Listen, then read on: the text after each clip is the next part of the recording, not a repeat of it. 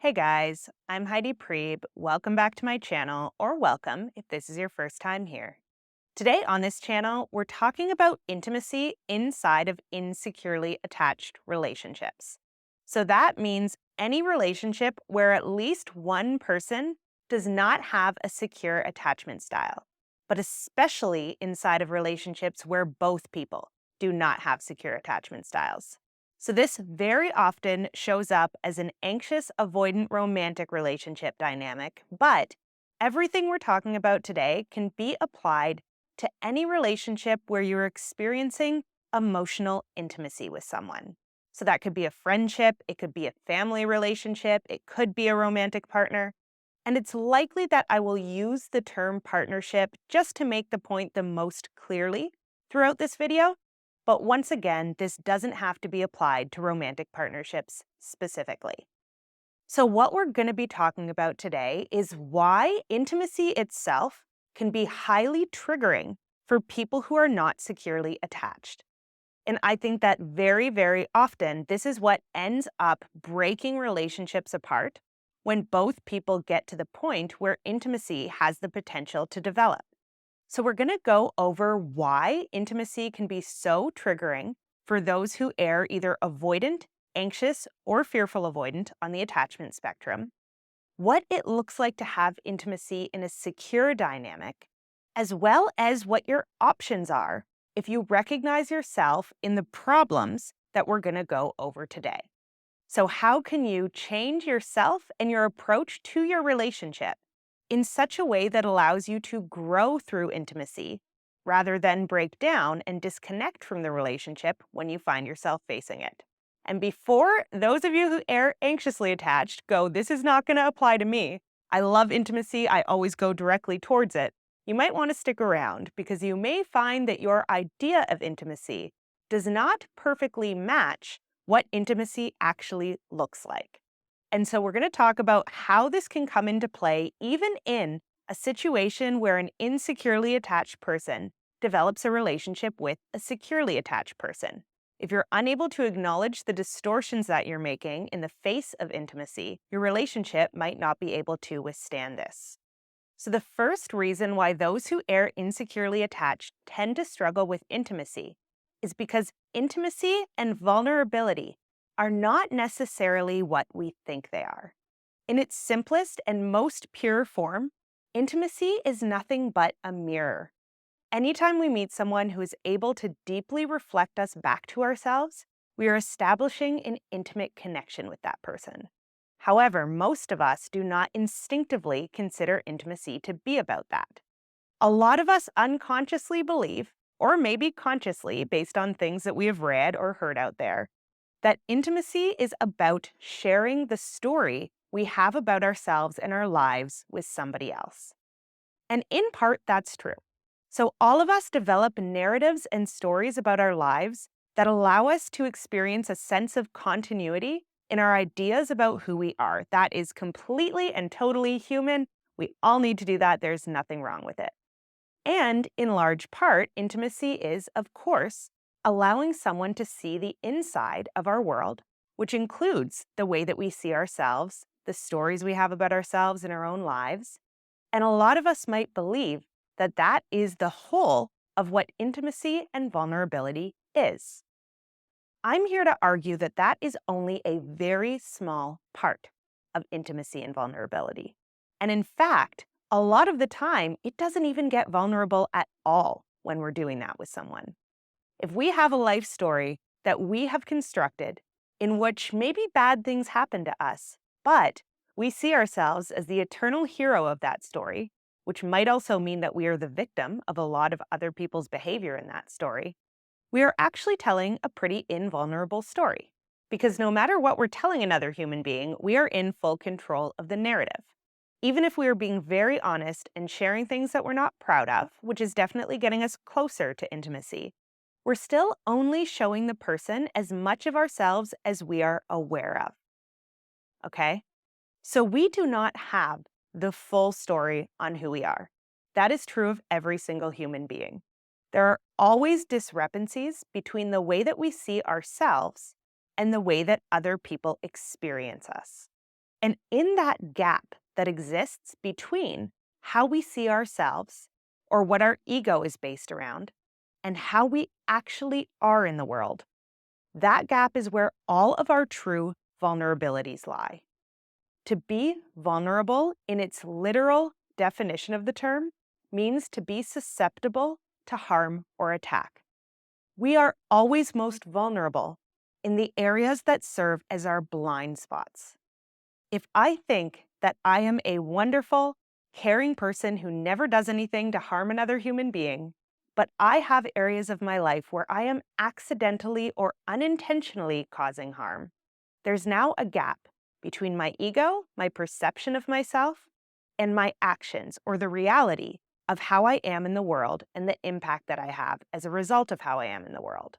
So in that gap, once again, lies my vulnerability.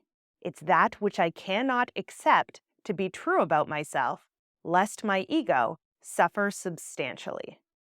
Now, here's the thing. In our non-intimate relationships, so in relationships with people we are not that close to, or who maybe we don't depend upon for anything significant or vice versa, it's unlikely that those vulnerabilities are going to be reflected back to us. Because if we do something that just kind of annoys someone or that feels incongruent to them, if we're not that deeply in relationship with them, it's unlikely they're going to risk a conflict by bringing that up to us.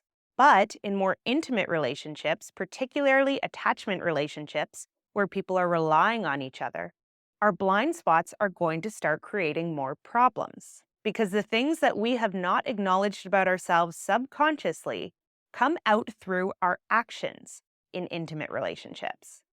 And then, when our partner or any other close loved one reflects back to us the way that we have made them feel or the impact that our actions had on them, if that thing is incongruent with the idea we have about ourselves, we are now going to be in a lot of trouble.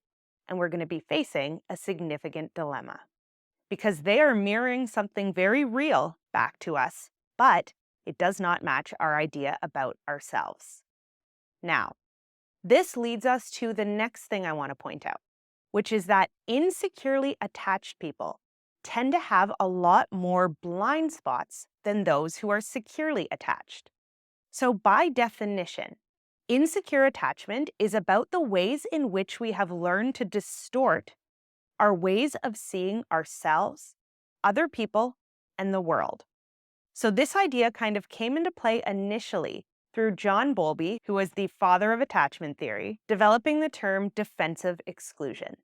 So when we are very young, Bowlby proposed that anything we learned or observed to be true about the world, particularly about our caregivers and our relationship to them, that would be too psychologically threatening for us to accept as the truth, we learn to, in some way or another, push out of our awareness.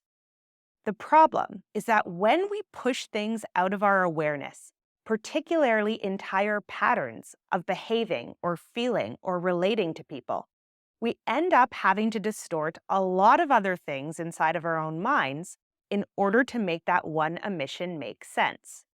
So in the dynamic maturational model of attachment, which was developed by Dr. Patricia Crittenden, she talks about the various transformations of information that we make inside of our minds when we are insecurely attached.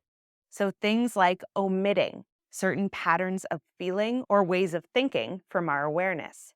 Things like distorting the role that we or other people play in situations. Things like denying that which we fear might be true that would disrupt our view of how we and the world and other people function.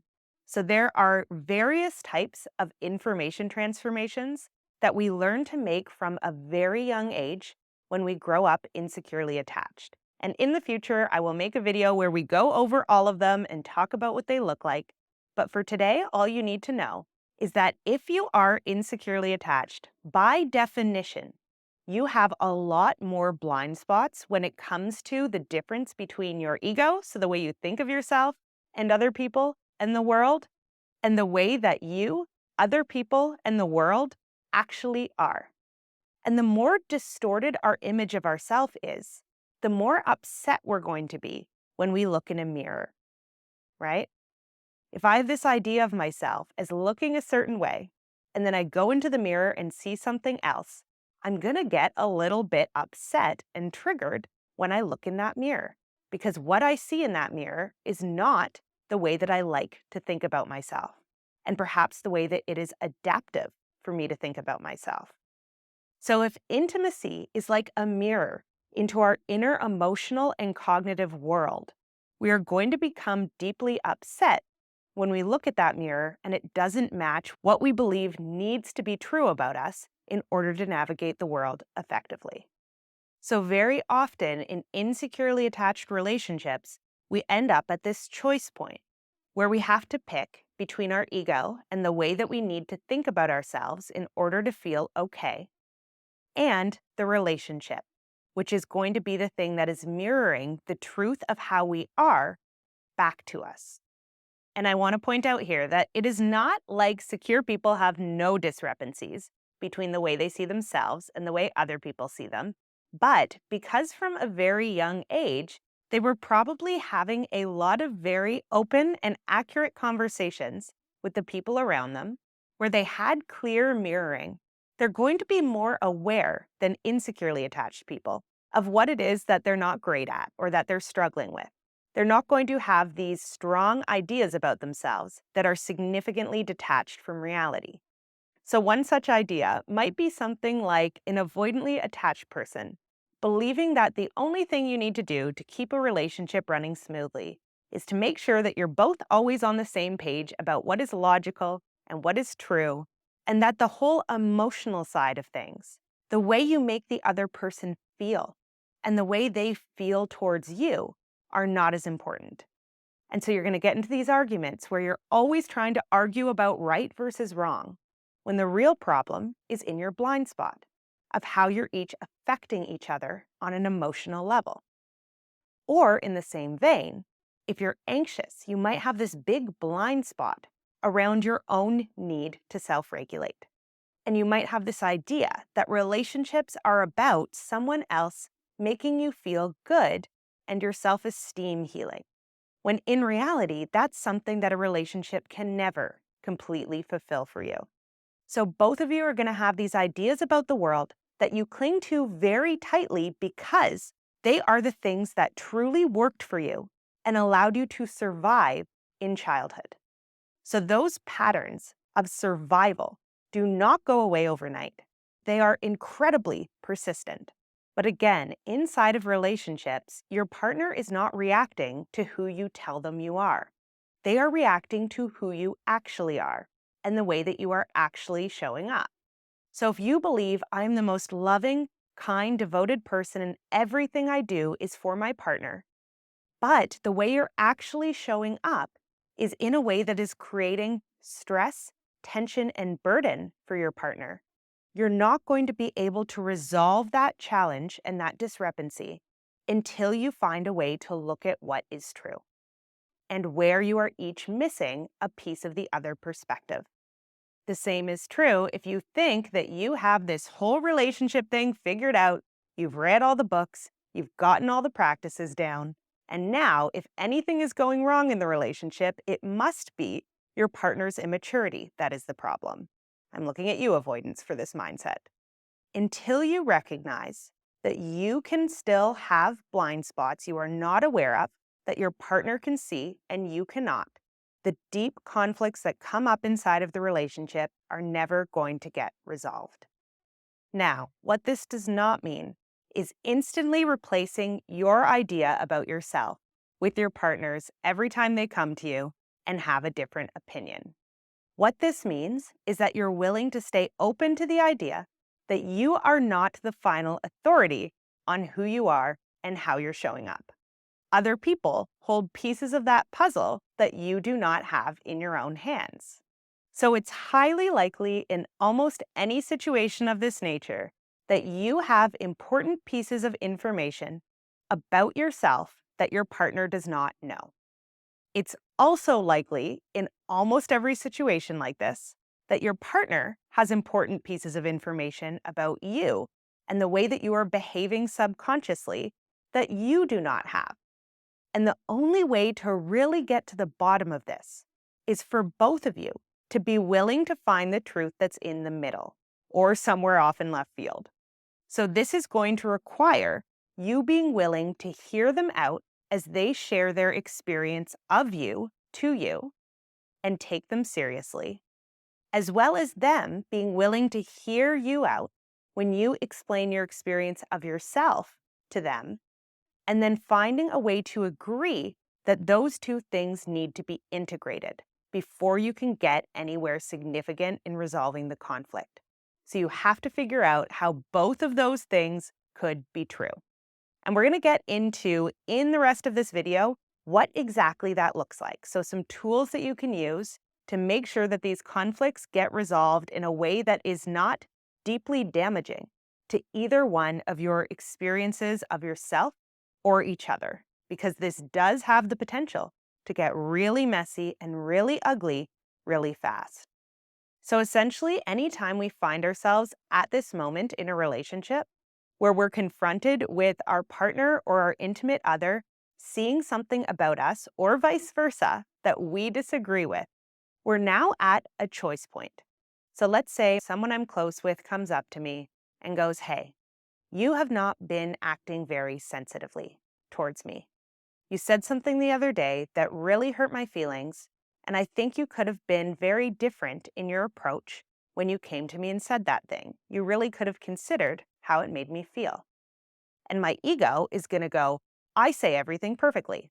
I have studied communication. I've studied attachment theory. I have all of these skills. If you're offended by what I say, it's just because you need to toughen up and stop taking things so seriously." Now, the truth might be that I actually have not spent a lot of time really sitting with and paying attention to how other people are taking my feedback when I share it. Maybe I know how to do it in a clear and concise way, and maybe I think that I'm being empathetic, but the way that I'm coming across, because of some other aspect of my demeanor that I'm not aware of, because I can't see myself in the world, is actually very off-putting and hurtful to the people that I'm close to. So in the moment that I receive feedback like this, feedback where my idea of myself differs from other people's experience of me, I have a couple of choices. One choice is that I can kick the mirror to the curb. So if someone is reflecting something back to me that I don't like, I can go, "Well, you know what? The relationship with this person is not that important. They obviously can't see me clearly, so I am going to get rid of this mirror. I'm going to stop talking to this person, take space, stop being close with them temporarily or permanently, and I'm going to deal with the discomfort of this experience by putting that mirror that is intimacy out by the curb." The next option, and this is probably the most damaging of all possible options, is I could try to break the mirror. And this is something that often we do very unconsciously, right? But it's very, very dangerous. So we convince ourselves this other person is not seeing this thing clearly. And if they're not willing to accept that they are wrong about what they're saying, I will try to let them know that I think they are not perceiving things correctly. Because if I can convince myself that the mirror is broken, I don't have to deal with what it's reflecting back to me that I don't want to see. And this tends to be how we accidentally get into very abusive patterns of behavior. The more well-traveled option, and this is one most people default to in most relationships, is we try to wash the mirror. We go, "Hey, it seems like there's just something spotty in the way of you seeing me clearly. Let me clarify for you. Let me try to Windex this for you. Let's get back in reality because I know that what you're saying isn't true. So I'll just explain to you what is true, and eventually we'll get there." The problem is that if the mirror actually is reflecting something back to you that is real, you will not be able to wash that spot off of the mirror because it doesn't exist. This is why a lot of fights never end up getting resolved, because there actually is something true the other person is picking up on that you're missing, and there's probably also something true that you know that they are missing. And so this leaves us one final option that if you want to heal An insecurely attached relationship in any capacity is going to be important to turn to time and time and time again, which is being willing to face the mirror, look at what's inside of it that you don't like, and accept that there is some truth in it.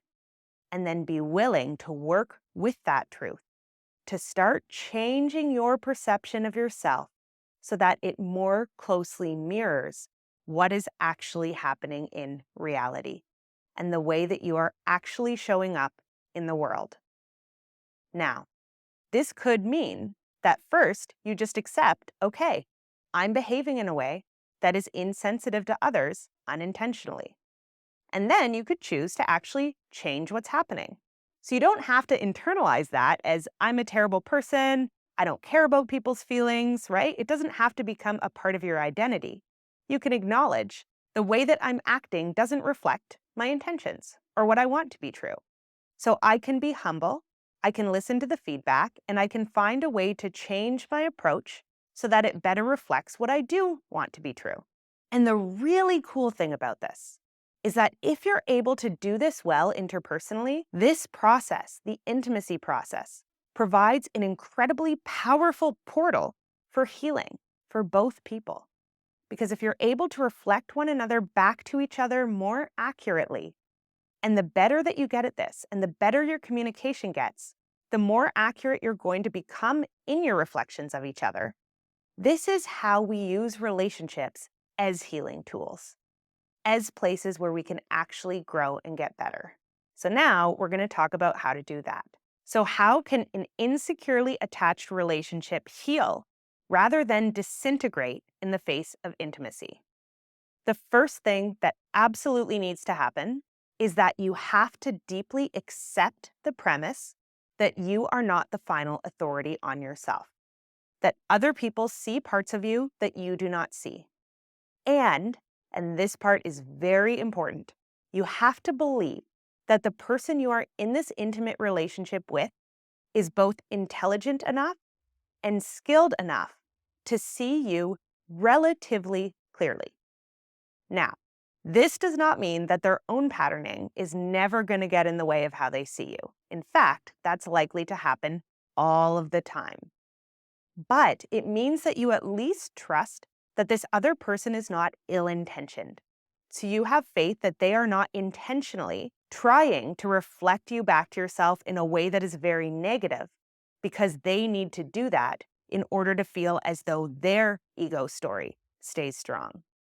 So this often happens when you have someone whose ego story is so far from the truth that they need to reflect people back in a way that is incredibly incorrect in order to maintain their idea about who they are and what the world is like. So in these scenarios, if you hold the belief that your partner or this person you want to be in intimate connection with is truly so distorted in the way that they see the world that they have almost nothing to offer you in the realm of accurate mirroring, unfortunately, that's probably a scenario where you are never going to achieve true intimacy with that person. For true intimacy to happen, and for true transformation to take place, we need to be dealing with someone who we believe sees things clearly enough, at least a high proportion of the time, that we can take them seriously when they come to us and tell us what their perception is of us. Because as soon as we're writing off what they say entirely, we're right back to that first option of putting the mirror in the trash and deciding that there's nothing we can learn from.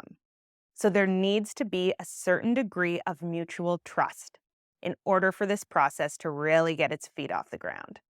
Second thing that makes this process work more smoothly is when both parties are able to use ownership language in order to point out the blind spots they see in each other to each other.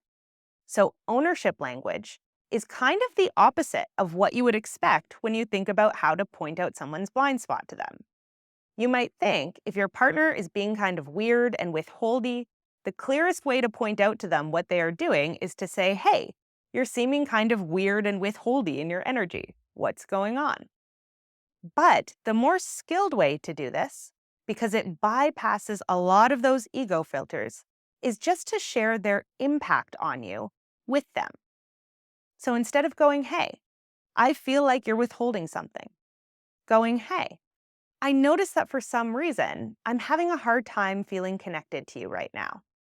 And I notice you keep kind of looking away when we're talking, and I'm feeling like we're not really able to get in sync here. What do you think about that? So, this is the art of sharing your experience with someone in a way that is impossible for them to argue with. And you have to be sharing the truth, right? When we share our subjective experience with another, it gives them information about how they are coming across and gives them the opportunity to notice the discrepancy inside of their own minds between their intention and their impact. And the better both people get at doing this and sharing their perspective using ownership language, the easier it's going to be for each party to begin naturally arriving at their own blind spots. So I remember this time when I was in this kind of unofficial support group where a couple of my friends were gathered around to just offer each other care and support around different issues we were dealing with. And I was talking about one problem I had that I felt like was too heavy to put on the group. So I was kind of tiptoeing around it and sharing a little bit and then backtracking and going, but it's okay. I've got it under control, et cetera, et cetera.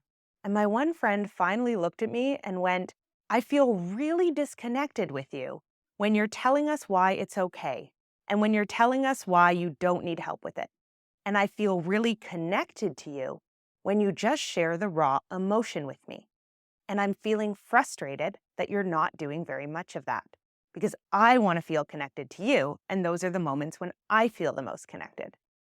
And that moment kind of broke my brain because I believe the way to stay in connection was to contain my experience as much as humanly possible and not let other people see that raw, more uncontained part of my experience. And here is this person whose intellect I deeply respected telling me that the exact opposite was true. And it gave me a moment where I was able to stop, look at my perception versus this person's perception, and figure out where my blind spot was. It turned out I was not sparing other people's emotions by tiptoeing around my feelings. Other people would have preferred if I had just shared them directly. And so it gave me this opportunity to show up in a very different way that was able to integrate both perspectives. And again, learning to do this is a skill.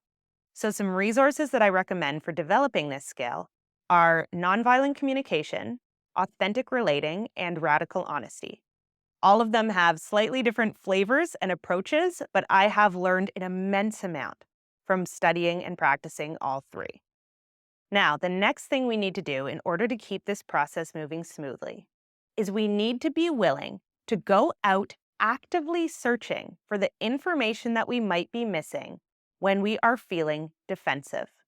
When we're in that space where someone is saying something or doing something that is threatening our ego, we have to be willing to pause and go, what might I be missing here? Which perspectives is this person holding that I may not be privy to, and that it might help us both immensely for me to learn more about? So this does not mean abandoning my ego. It does not mean deciding that everything I think is false. It just means being willing to pause in those moments and ask open-ended questions.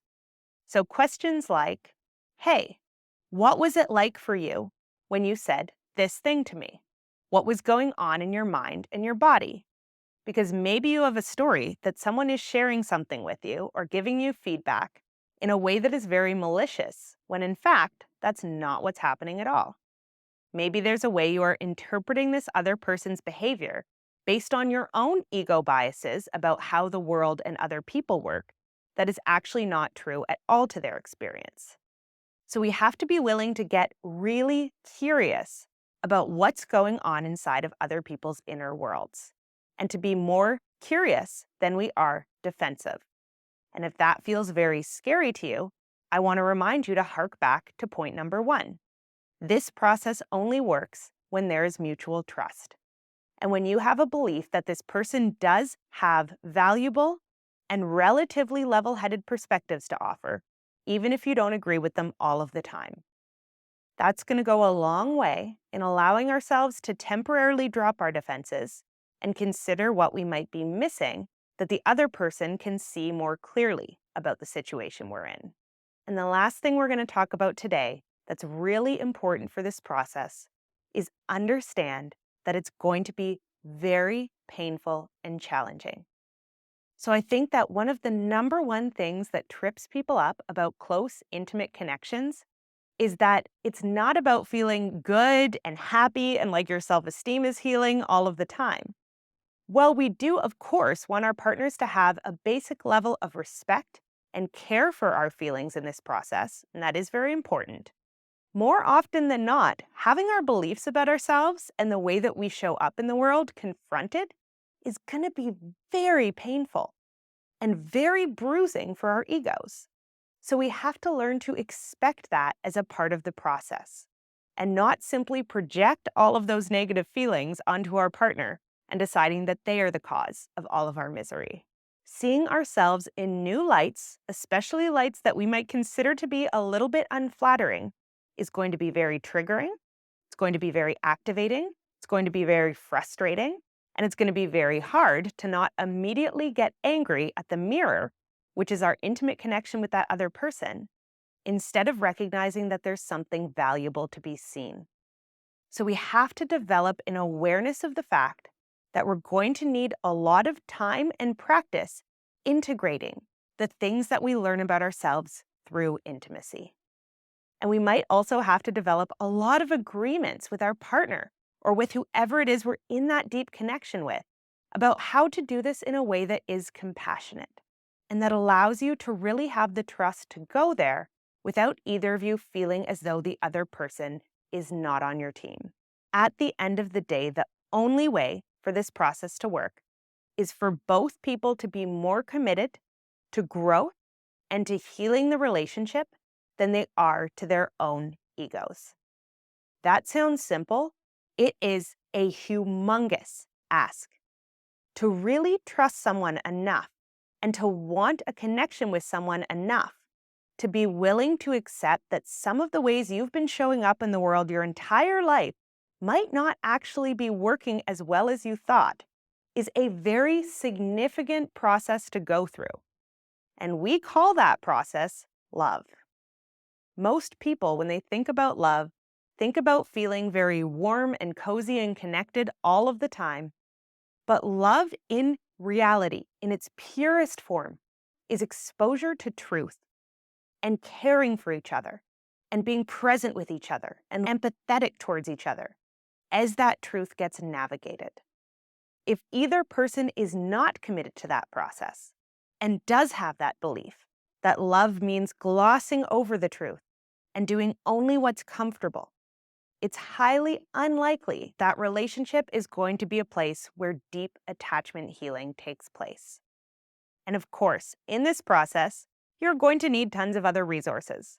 You're going to need community support. You're going to potentially need outside professional support in the realm of therapy or coaches or wherever it is that you can get these resources for developing these skills. Reading books is another great resource, and it's going to take an incredible amount of time. But it can be a really beautiful process along the way that brings the two of you closer together as you each stay committed to the growth that could happen through committing to this type of process. All right. I think that's all I have to say for today on this topic. As always, let me know what you guys are thinking, feeling, any questions that have come up for you as you go through this video. As always, I love you guys. I hope you're taking care of yourselves and each other, and I will see you back here again really soon.